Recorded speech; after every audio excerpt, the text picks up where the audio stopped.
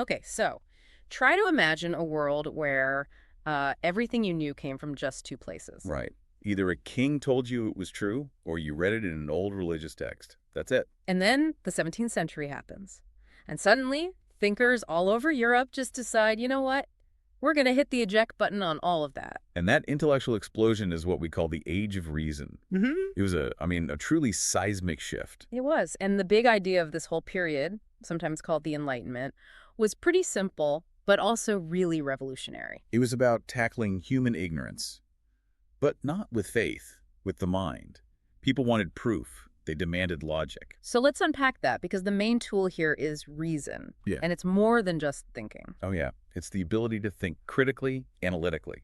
Philosophers back then believed it was the only reliable way to find, universal truth. So by using your brain in a logical way, you could actually improve society. You could get rid of superstitions and fear. Exactly. And that brand new focus immediately changed how they saw the world. The physical world around them. How so? Well, people stopped looking for mystical reasons for why things happened. Right, so if a storm hit, it wasn't because someone was angry in the sky. Precisely. They started looking for physical causes, Yeah. observable causes. If something happened, there had to be a testable explanation for it. It's a move from magic to measurement. That's the whole game right there. It is. Science and math basically became the new languages for understanding the universe. So instead of bad omen, a lightning strike becomes what? An electrical discharge, something you can study, something that follows natural laws. And this led to this really cool idea they had, the clockwork universe. Yeah, they started to believe the entire cosmos ran on fixed, predictable rules. Like a giant machine. A giant, perfectly made clock that just runs on its own.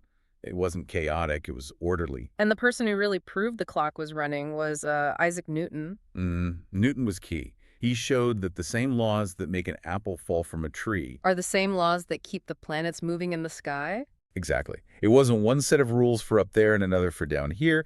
It was one unified system. Okay, so if you have this new worldview, you need a new way to work. And that's where the scientific method comes in. You couldn't just guess anymore. You needed experiments, careful observations. And you need it to be precise. Very precise. They started using standard tools, measuring things in inches and feet, temperature in degrees Fahrenheit. You had to prove your claims with hard data. If you couldn't test it, it was just an opinion. Pretty much. Oh, The burden of proof was now on the person making the claim.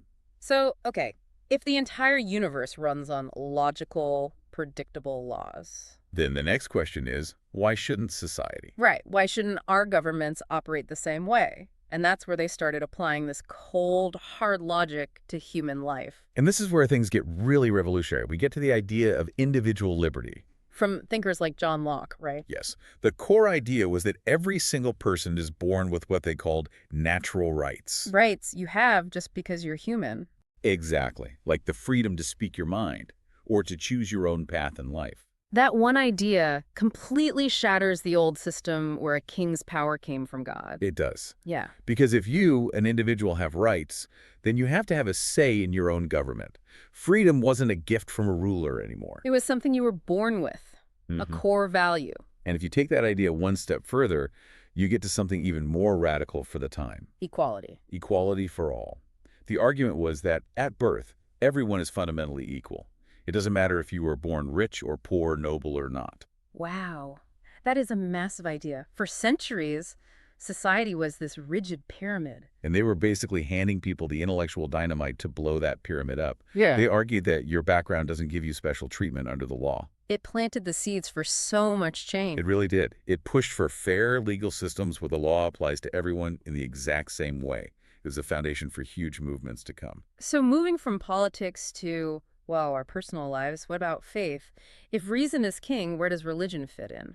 The answer they came up with was religious tolerance. Okay. You have to remember, Europe had been torn apart by religious wars for a very long time.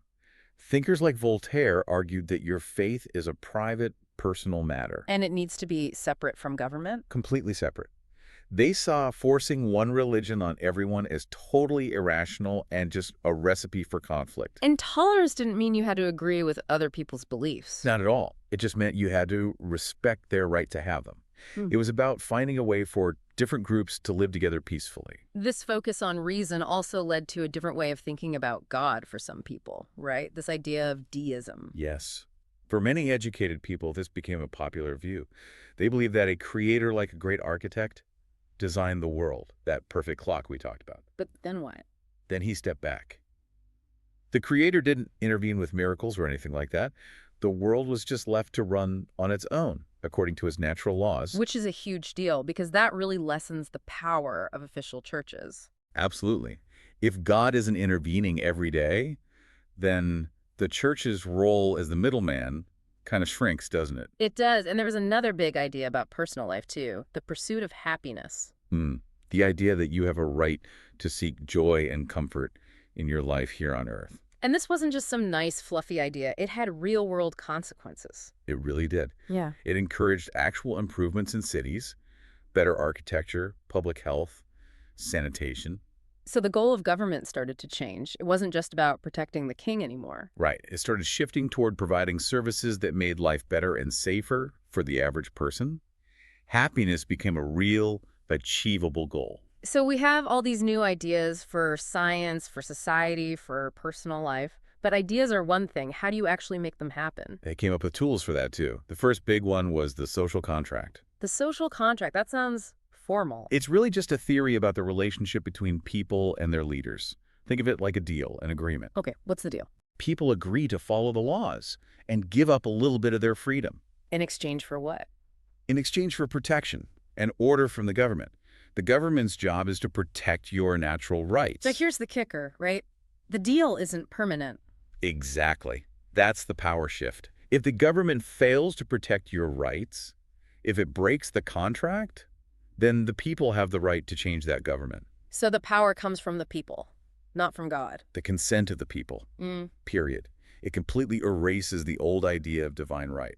Another tool they used was skepticism. Yes, which is basically the practice of doubting ideas, all ideas, until you can prove them with strong evidence and logic. It's not just about being negative or cynical. No, it's a method. It's about shifting the burden of proof. You can't just say it's true because it's always been true. You have to say, prove it. Right. And that attitude helped expose so many myths and superstitions that had been accepted for centuries. It's really the engine behind modern science and even journalism. And all of this, the reason, the science, the skepticism, it was all powered by this incredible sense of optimism. An almost boundless belief in progress. They were convinced that humanity could and would get better over time through learning and effort. That's a huge change in mindset. Oh, it was a game changer. It fueled so much invention. People weren't satisfied with the way things had always been anymore. That push for constant improvement, for better tools, that leads directly to things like the Industrial Revolution. It does. They believed a better future was possible, and you could build it with rational thinking. But none of these ideas could really spread if they just stayed with a few smart people in a room. They needed a way to get the information out there. And that brings us to the most important tool of all, education. Education as empowerment. Exactly. They realized that a population that could read and think critically would be much, much harder for a corrupt leader to trick or control. And leaders of this movement worked to expand access to knowledge, like Diderot with his encyclopedia. Yes, the encyclopedia was a perfect example. The goal was to collect all human knowledge and make it accessible to everyone, not keep it locked away. And this changed what was taught in schools, too. It did. It wasn't just about memorizing things anymore. Science, math, and history became standard subjects to teach students how to use reason and understand their world. The goal was to educate everyone, not just the rich. To teach them how to solve problems and understand their rights. So when you boil it all down, what does this all mean for us today? Well, basically, our entire modern world is built on the foundation laid during this era.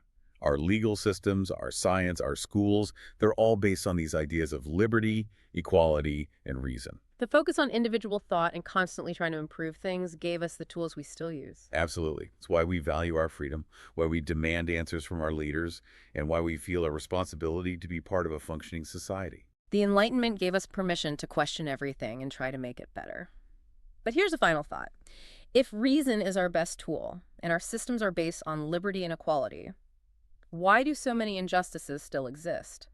Is the answer more reason, or is it something else? Something to think about. Good luck with your studies.